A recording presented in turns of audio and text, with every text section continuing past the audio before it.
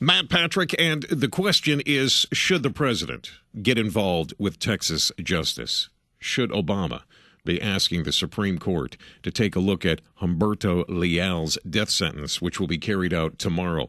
Let's get some of your thoughts here. Phones are just lit up. Al from the Heights. Let's grab Al first. Al, welcome to Houston's Morning News. Well, Matt, thank you, and welcome to Houston yourself. Thank you. My thoughts on this are these. This is not unprecedented. Several years ago, under a different president, we had a similar situation where we had the so-called railroad killer, who was a serial killer, who killed Resendez Ramirez was his name. Mm-hmm. He killed several people in this country, including a West U resident, Dr. Claudia Benton.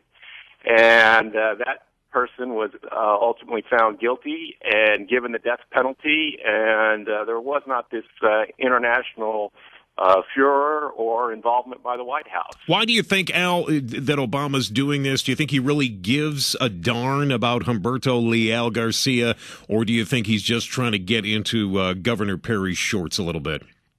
I think it's several factors. It's, as you know, most things in life aren't an either-or. I think the fact that it's Texas and Perry's the wrong party is part of it. Mm-hmm. But I also think this is a way for him to appeal to his liberal base.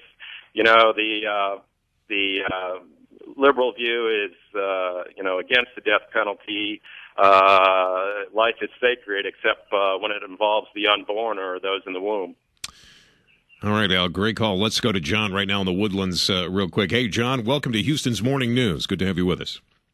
Good to be able to wake up today. Well, I kind of did it. The gentleman that just spoke, if it wasn't for the fact that he was appealing to the Latino vote, and he likes to screw with Perry because Perry's in his face, and Perry has no respect for him, even though he's the president, because of who he is and how he's not helped Texas.